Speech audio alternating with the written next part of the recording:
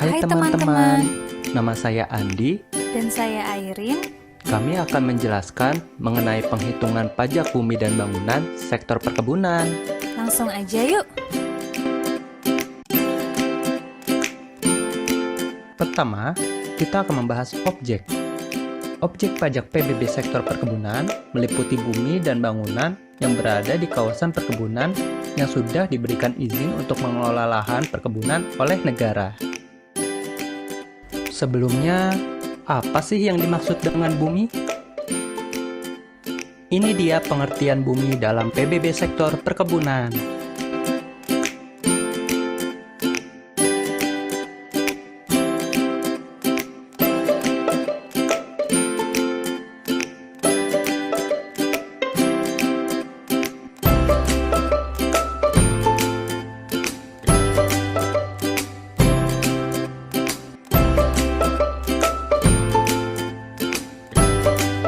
Selanjutnya, kita akan membahas tentang izin pengelolaan lahan perkebunan. Izin pengelolaan lahan perkebunan terbagi menjadi dua, yaitu IUPB atau ITUBP dan IUP.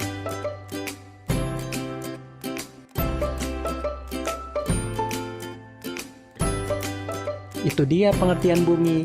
Lalu, apa sih yang dimaksud dengan bangunan?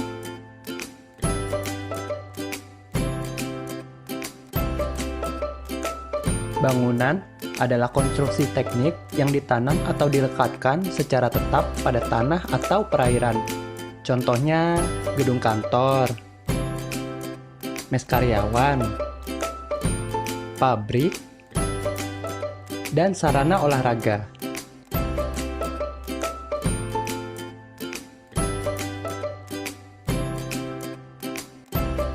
Adapun jenis areal terbagi menjadi dua, yaitu areal yang dikenakan PBB dan areal yang tidak dikenakan PBB. Areal yang tidak dikenakan PBB tercantum dalam Undang-Undang PBB dan Peraturan Menteri Keuangan Nomor 186/PMK 03/2019. Apa aja sih? Yuk kita simak.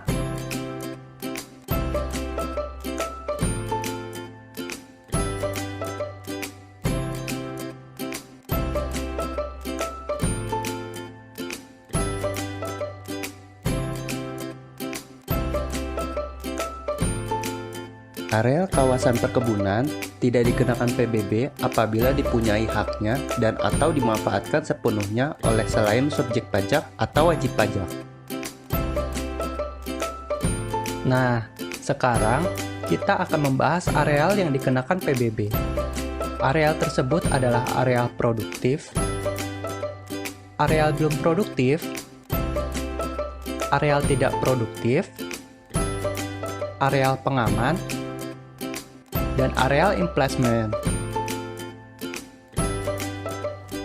Areal produktif merupakan areal yang ditanami tanaman perkebunan, meliputi tanah dan pengembangan tanah berupa tanaman. Areal belum produktif merupakan areal yang belum ditanami tanaman perkebunan, meliputi areal yang belum diolah, areal yang sudah diolah tapi belum ditanami, dan areal pembibitan. Areal tidak produktif merupakan areal yang tidak dapat diusahakan untuk kegiatan usaha perkebunan. Biasanya sih karena areal tersebut terjal dan ada wilayah aliran sungai. Areal pengaman merupakan areal yang dimanfaatkan sebagai pendukung dan pengaman kegiatan usaha perkebunan. Contohnya, jalan yang ada di kawasan perkebunan.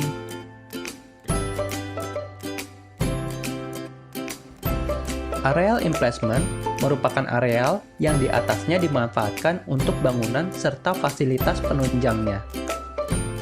Misalnya, ada pabrik dan gedung perkantoran. Lalu, bagaimana ya cara menentukan NJOP-nya? Sebelumnya, NJOP adalah nilai jual objek pajak, yaitu harga rata-rata atau harga pasar pada transaksi jual beli. NJOP PBB sektor perkebunan diperoleh dengan cara menjumlahkan NJOP bumi dan NJOP bangunan. NJOP bumi terdiri atas 5 areal. Pertama, NJOP bumi untuk areal produktif. 2. NJOP bumi untuk areal belum produktif. 3. NJOP bumi untuk areal tidak produktif. 4. NJOP bumi untuk areal pengaman. Dan yang terakhir, NJOP bumi untuk areal emplasemen. Penghitungan NJOP bumi per meter persegi adalah sebagai berikut. Sehingga, total NJOP bumi merupakan jumlah perkalian dari luas areal objek pajak yang dikenakan dengan NJOP bumi per meter persegi atas masing-masing areal objek pajak.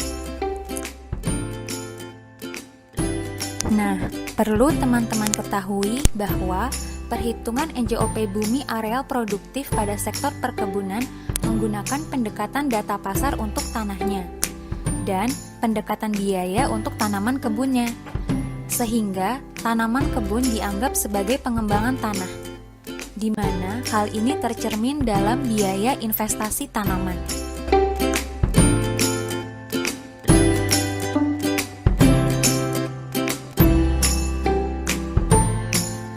Berikut ini adalah pengertian dari biaya investasi tanaman atau biasa disingkat dengan BIT.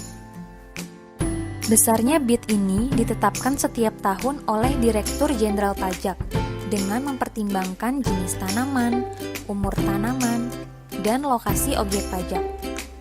Aturan terbaru mengenai penetapan BIT sampai dengan video ini dibuat adalah Keputusan Direktur Jenderal Pajak nomor Kep 185 tahun 2020.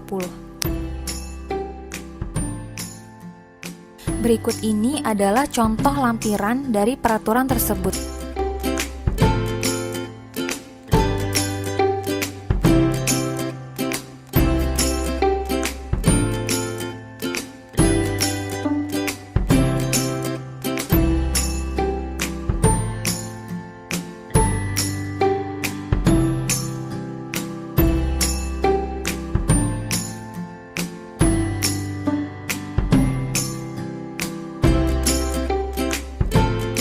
Selanjutnya adalah menentukan NJOP bangunan menggunakan pendekatan biaya dengan metode penghitungan nilai perolehan baru. Bagaimana langkah-langkahnya? Pertama, menghitung biaya pembangunan baru atau biaya penggantian baru dari suatu bangunan. Kedua, menghitung penyusutan bangunan berdasarkan kondisi fisik bangunan. Dan yang terakhir, menghitung NJOP bangunan dengan cara mengurangkan biaya pembangunan baru atau biaya penggantian baru dengan penyusutan yang telah ditentukan sebelumnya.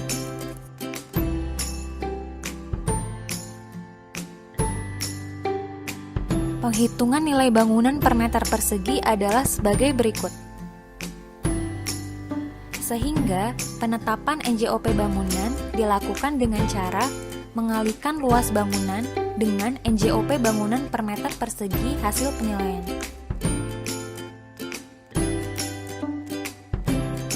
Dalam menghitung nilai bangunan tersebut, kita bedakan bangunan menjadi dua, karena memiliki metode penghitungan yang berbeda.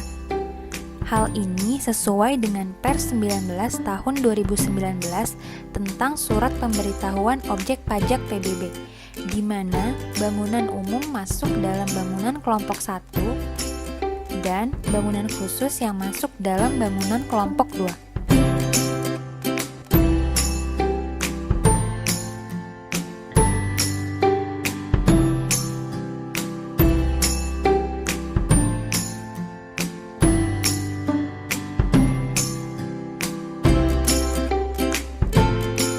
Sekarang kita latihan soal ya. Diketahui informasi data perusahaan perkebunan kelapa sawit sebagai berikut.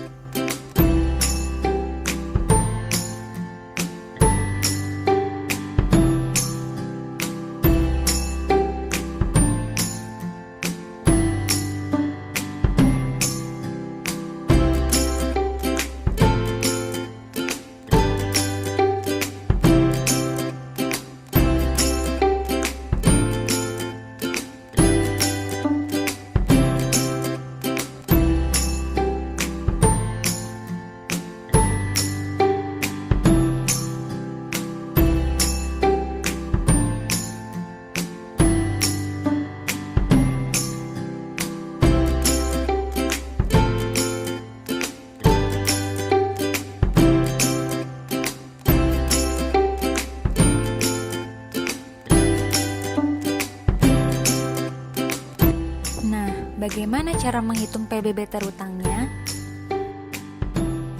Pertama, kita tentukan biaya investasi tanaman dengan cara mengalihkan luas areal tanaman dan biaya investasi tanaman per meter persegi dari masing-masing umur tanaman.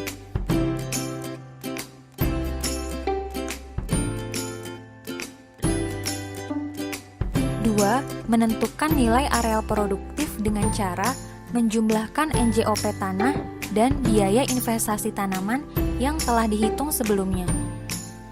3. Menentukan nilai areal belum produktif dengan cara mengalihkan luas dan NJOP per meter persegi dari areal belum produktif. 4. Menentukan nilai areal emplasemen dengan cara mengalihkan luas dan NJOP per meter persegi dari areal emplasemen. 5. Menentukan nilai areal pengaman dengan cara mengalihkan luas dan NJOP per meter persegi dari areal pengaman. 6. Menentukan nilai areal tidak produktif dengan cara mengalihkan luas dan NJOP per meter persegi dari areal tidak produktif. Sehingga dari perhitungan tersebut dapat diperoleh total NJOP seluruh areal permukaan bumi.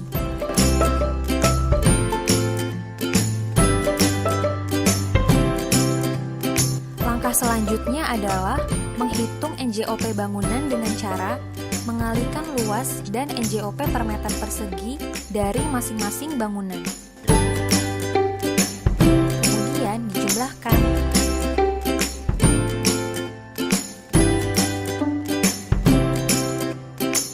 Total NJOP dari objek perkebunan ini diperoleh dari NJOP seluruh permukaan bumi ditambah dengan NJOP bangunan. Kemudian, atas dasar NJOP tersebut dapat dilakukan penghitungan sebagai berikut.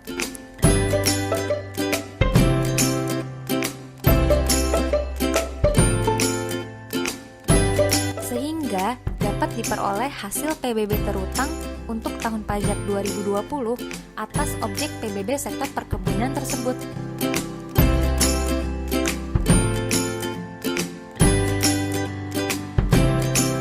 Terima kasih teman-teman. Semoga video ini bermanfaat ya. Untuk informasi lebih lanjut, teman-teman bisa membuka beberapa peraturan berikut. Sampai jumpa.